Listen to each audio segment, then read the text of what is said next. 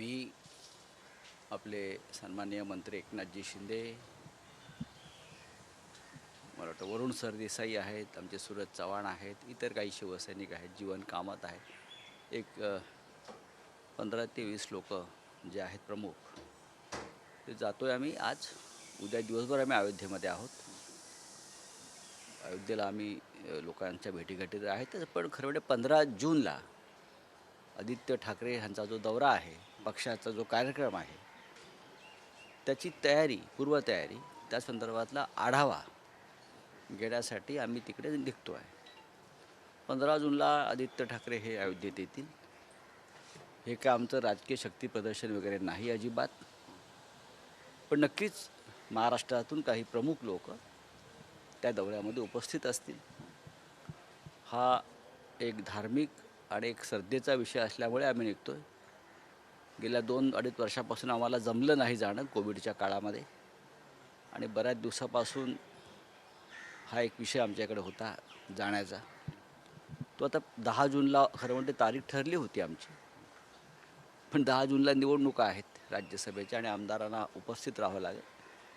त्याच्यामुळे 15 तारखेला आदित्य ठाकरे हे अयोध्येमध्ये येतील. सर आज शाम को आज मैं अयोध्या जा रहा हूँ. मेरे साथ हमारे महाराष्ट्र के मंत्री एकनाथ शिंदे जी हैं, और भी प्रमुख लोग हैं, 20-1 लोग हैं.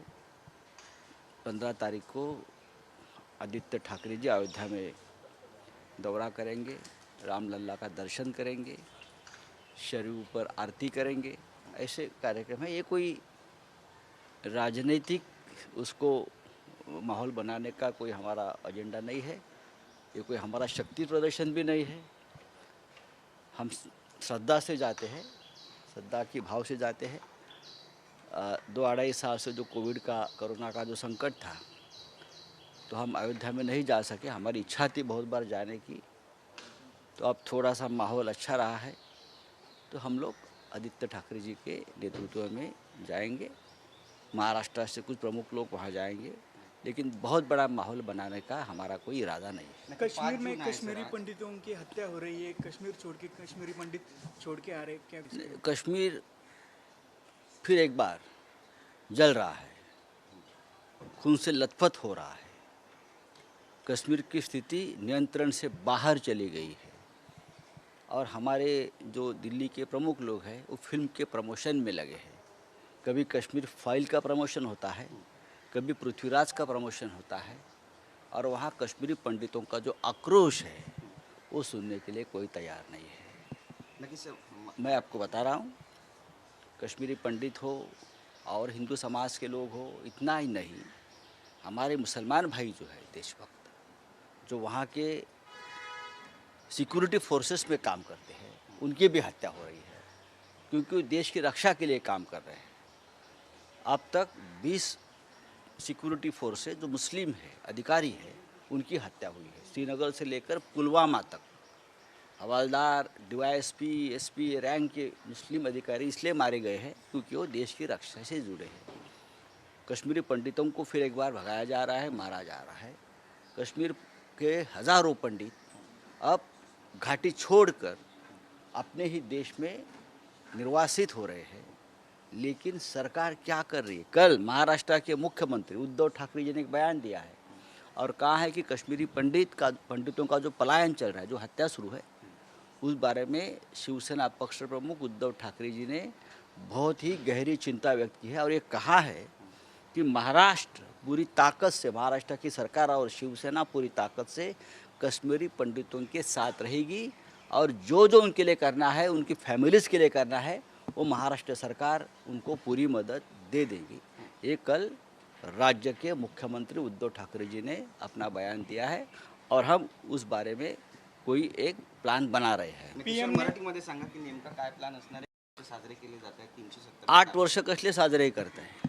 तिथे काश्मीर हिंदूंच्या रक्तानं भिजून चाललं आहे. रोज काश्मीरी पंडितांच्या हत्या होत आहेत. हजारो काश्मीरी पंडित आपल्या मुलाबाळांना घेऊन पलायन करत आहेत.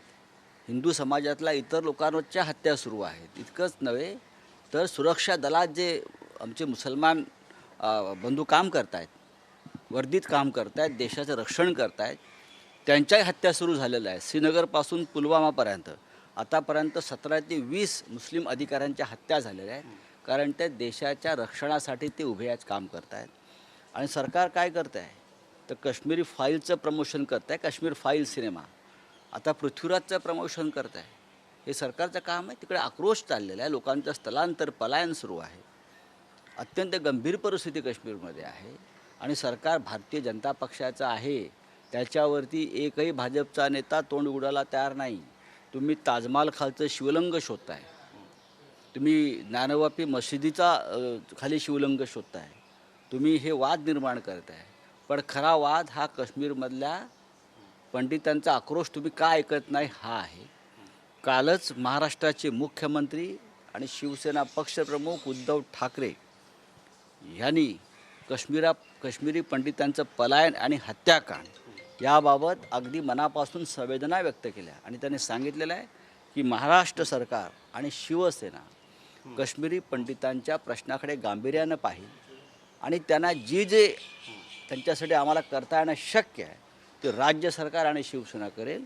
काश्मीरी पंडितांचं आणि शिवसेनेचं एक नातं कायम राहिलं आहे बाळासाहेब ठाकरेंच्या काळापासून. ते यावेळीही कायम राहील. पण भाजप सर एकीकडे टीका करताय. टीका करायला काय झालं आहे? काश्मीरी पंडित मरतायत त्याकडे पहा, त्याच्यावर बोला. टीका कसली करताय? हां 1990 साली जेव्हा काश्मीरी पंडितांचं हत्याकांड झालं आणि पलायन झालं तेव्हाही भारतीय जनता पक्षच केंद्रात सत्तेवरती होता आणि आजही भारतीय जनता पक्षच सत्तेवर है. कल पीएम ने 8 साल का जो रिपोर्ट कार्ड है वो रिपोर्ट कार्ड में कश्मीरी पंडितों का घर वापसी का जो वचन दिया था वही क्या वो आप देख लीजिए. 8 साल हो गए कश्मीरी पंडित का पलायन शुरू है. जिसमें सर्जिकल स्ट्राइक्स एक होने से कश्मीरी पंडितों की हत्या रुक गई क्या? बढ़ गई है. सर आज योगींचा वाढदिवस आहे. आमच्या त्यांना शुभेच्छा आहेत. योगीजी हे एक प्रमुख नेते आहेत.